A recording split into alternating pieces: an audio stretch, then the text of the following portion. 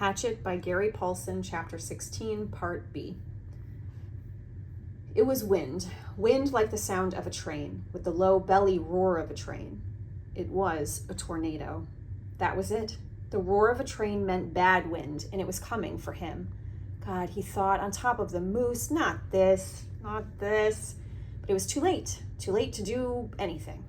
In the strange stillness, he looked to the night sky, then turned back into his shelter and was leaning over to go through the door opening when it hit. Later, he would think of it and find that it was the same as the moose, just insanity. He was taken in the back by some mad force and driven into the shelter on his face, slammed down into the pine branches of his bed. At the same time, the wind tore at the fire and sprayed red coals and sparks in a cloud around him. Then it backed out, seemed to hesitate momentarily, and returned with a massive roar, a roar that took his ears and mind and body. He was whipped against the front wall of the shelter like a rag, felt a ripping pain in his ribs again, then was hammered back down into the sand once more while the wind took the whole wall, his bed, the fire, his tools, all of it, and threw it out into the lake. Gone out of sight, gone forever. He felt a burning on his neck and reached up to find red coals there. He brushed those off, found more in his pants, brushed those away, and the wind hit again. Heavy gusts, tearing gusts. He heard trees snapping in the forest around the rock, felt his body slipping out and clawed at the rocks to hold himself down. He couldn't think, just held and knew that he was praying, but didn't know what the prayer was, knew that he wanted to be, stay and be. And then the wind moved to the lake. Brian heard the great roaring, sucking sounds of water and opened his eyes to see the lake torn by the wind, the water slamming in great waves that went in all ways, fought each other, and then rose in a spout of water going up into the night sky like a wet column of light. It was beautiful and terrible all at the same time.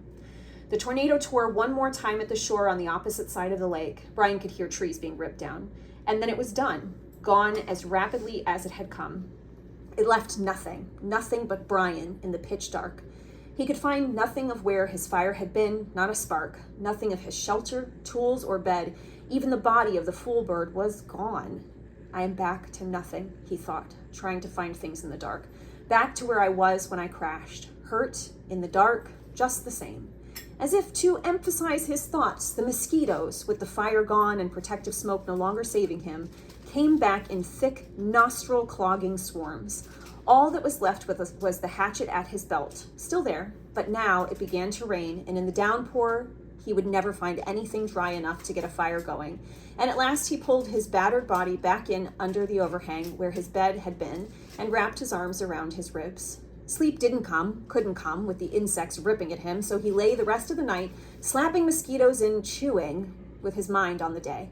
This morning, he had been fat, well, almost fat, and happy, sure of everything, with good weapons and food and the sun in his face and things looking good for the future. And inside of one day, just one day, he had been run over by a moose and a tornado, had lost everything and was back to square one, just like that. A flip of some giant coin and he was the loser. But there is a difference now, he thought. There really is a difference. I might be hit, but I'm not done. When the light comes, I'll start to rebuild. I still have the hatchet, and that's all I had in the first place.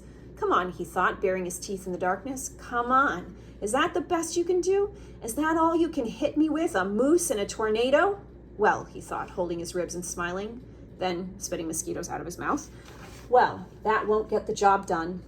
That was the difference now. He had changed and he was tough. I'm tough where it counts, tough in the head.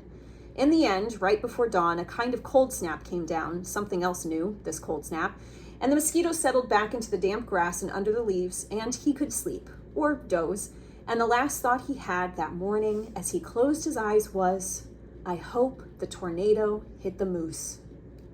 When he awakened, the sun was cooking the inside of his mouth and had dried his tongue to leather. He had fallen into a deeper sleep with his mouth open just at dawn, and it tasted as if he had been sucking on his own foot all night.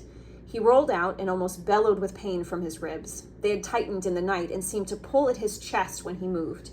He slowed his movements and stood slowly without stretching unduly and went to the lake for a drink. At the shore, he kneeled carefully and with great gentleness and drank and rinsed his mouth. To his right, he saw that the fish pond was still there, although the willow gate was gone and there were no fish. They'll come back, he thought, as soon as I can make a spear or bow and get one or two for bait. They'll come back. He turned to look at his shelter, saw that some of the wood for the wall was scattered around the beach, but was still there, then saw his bow jammed into a driftwood log, broken, but with the precious string still intact. Not so bad now, not so bad. He looked down the shoreline for other parts of his wall, and that's when he saw it. Out in the lake, in the short part of the L, something curved and yellow was sticking 6 or 8 inches out of the water. It was a bright color, not an earth or natural color, and for a second, he could not place it. Then he knew it for what it was. "It's the tail of the plane," he said it aloud, half expecting to hear somebody answer him. There it was, sticking up out of the water. The tornado must have flipped the plane around somehow when it hit the lake, changed the position of the plane, and raised the tail. Well, he thought, just look at that. And at the same moment, a cutting thought hit him. He thought of the pilot, still in the plane, and that brought a shiver and a massive sadness that seemed to settle on him like a weight. And he thought that he should say or do something for the pilot, some words, but he didn't know any of the right words, the religious words. So he went down to the side of the water and looked at the plane and focused his mind, the way he did when he was hunting the fool birds and wanted to concentrate. Focused it on the pilot and thought, have rest forever.